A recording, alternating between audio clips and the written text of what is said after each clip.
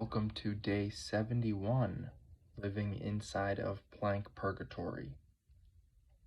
Today I decided to implement a 6-minute plank. 6 minutes of planking is no fun, and it finally hit me today. This is training. Plank purgatory is training. Took me a while to really have that settle in because I really am living it.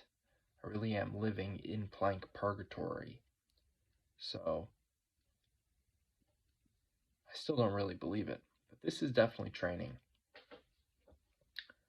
I decided to add a 6-minute plank to my training today, off the cuff, just out of nowhere. I don't know why I did that. Yesterday I fasted, and so today I'm still a little low energy, but I thought 6 minutes, why not? Actually, I do know why I did it. I did it because I was about to eat dinner, and I hadn't done any planks yet, and I thought after I eat dinner, it's going to take me like an hour before I even think about planking. There's no way I'm going to plank on a full stomach. So I figured I'm just going to do a long plank. And I thought, okay, I'll do one 3-minute one. Then I thought 3 minutes is too easy. I could do 5 minutes, and then I only have 10 minutes left. And then I thought, why 5 minutes when I can do 6 minutes? And that's what I did, and it looks pretty good. Looks pretty freaking solid, honestly. Like, I'm not moving around that much. I'm staying fairly close to my, I don't know what I'd call it, like default stance. There's a little going up, a little going down, but it's pretty stable. Honestly, this looks like one of the best long planks I've done. And it was 6 minutes. That's actually my second best plank ever. So that's kind of cool. I haven't done too much of these long planks, and I've never really done them in preparation for anything either. I've been working with the 3-minute planks lately just because I decided that arbitrary number would work, and that's what I've been doing. I did one day of 3-minute planks, 5 sets of 3 minutes, and I thought that's kind of nice. Like, otherwise, the alternatives are with a 1-minute plank, I gotta do 15 sets. That's a lot of sets of plank. With 90 seconds, I have to do 10 sets, which is still a lot of sets of plank. But with 3 minutes, I only have to do 5 sets. And this brings me to something that I have been thinking about since about the second week of plank purgatory. Yeah, right about week 2. I thought about 5-minute planks. I thought about how can I get this thing done more efficiently. And what came to mind was 5-minute planks, 3 sets. 3 sets of 5-minute planks. I get all my planking done for the day in just 3 sets. And suddenly, that doesn't seem so far out of the question. Now, it does suck. It's very unenjoyable. However, I know it's just a matter of time before I decide I'll do a 5-minute plank, and then I'll do another one, and then I'll do another one. And it's possible. It's possible right now. If I could do a 6-minute plank in, you know, practice, in training, there's no reason I can't do a 5-minute plank. That's one really interesting thing to me about, what would I even call it? Scaling? How you scale the exercise. If you can do a 10-minute plank, you could also do 2 5-minute planks. And actually, what's really interesting about that is if you're able to hold a plank for 10 minutes, you could probably do like 4 5-minute planks. You get so much better exponentially. And this should be right around the end of that 6-minute plank.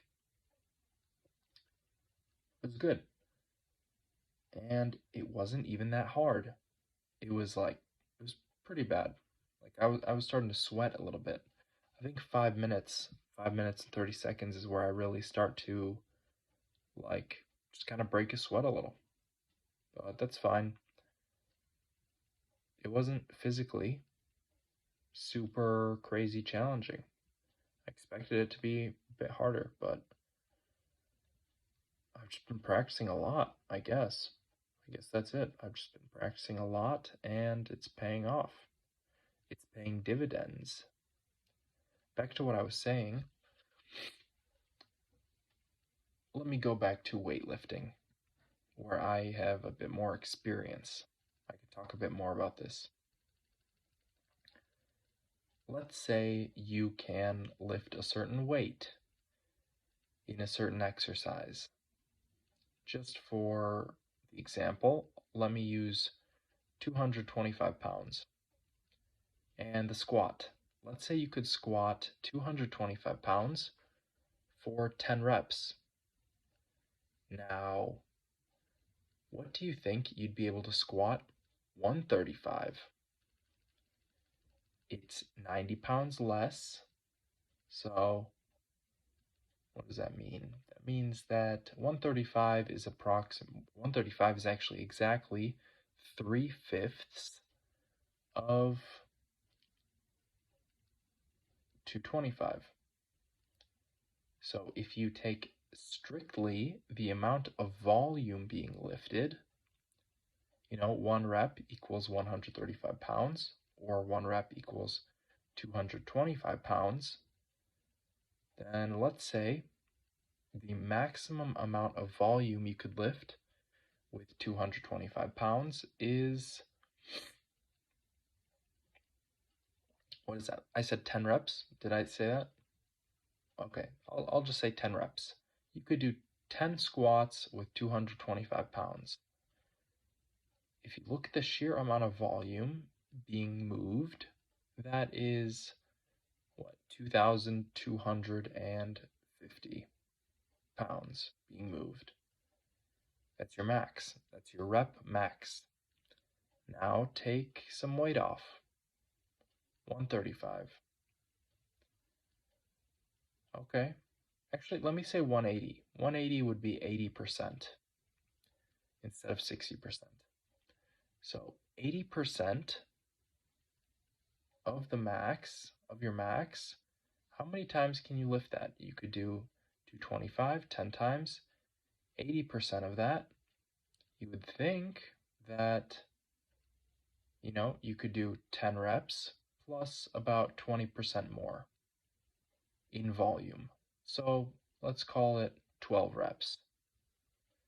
And it equals the same amount of volume. However, that is not the case in real life. That's not how it works at all. If you could do a set of 10 with 225, maybe you could do a set of 15 to 20. Maybe 20 is a good number with 185. You could do a lot more volume. A lot more. And the same thing goes with the plank. if you could do a 5-minute plank, not only can you do 5 1-minute planks, but you could probably do like 25 1-minute planks. It's broken up. There's less tension, there's a little rest time, and honestly, not even just.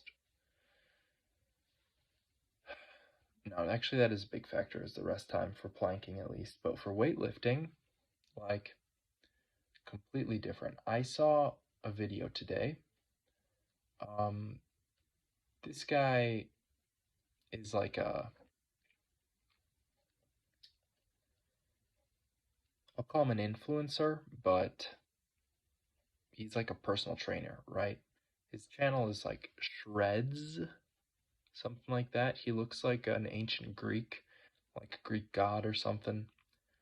Like physically, he has the traits of an ancient Greek. Like he's got that curly hair, he's got the curly beard, and not anymore with the beard, he shaved that off, but okay, I'm getting ahead of myself. He squatted, I think 315 for a set of 6. That's what I saw today. 315 for a set of 6. And yet, I saw this guy squat 225 a while back, and he squatted 225 for like 20 reps. At least. Maybe it was like 30 reps. I don't even remember. It was a lot. It was a lot of reps with 225. And that's just because there's different scaling on it. It scales differently. As you progress and develop, you get better under the lighter weight, the weight that's lighter by comparison. I remember seeing him squat, I think he squatted his wife like 100 times. Let's assume this is a 135-pound woman, right? He could squat 225 for, let's say, 20 reps, just for the sake of example, maybe even 30 reps. That's a quarter of the amount of reps that he squatted her, his wife, on his back. Like, it's just interesting how the body acclimates and how things never get easier. Never. Absolutely never. You just get better. That's it. It's as simple as that. You have to get better. Things will never get easier. But you can get better. And if you work on things, if you practice, if you train, you will get better.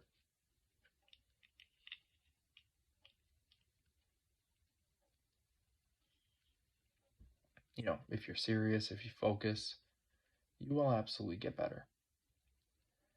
Now, some people are slackers. Unfortunately, some people don't want to learn. Some people don't want to focus. Some people don't want to try. And those people are going to suffer. That's just the way the world works.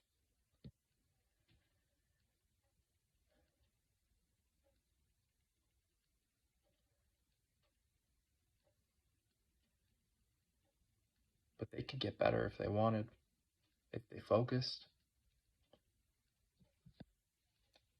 Things aren't going to get easier for them, but they could definitely get better. And we wouldn't really want things to get easier either, would we? It wouldn't make any sense. Logically. It just wouldn't.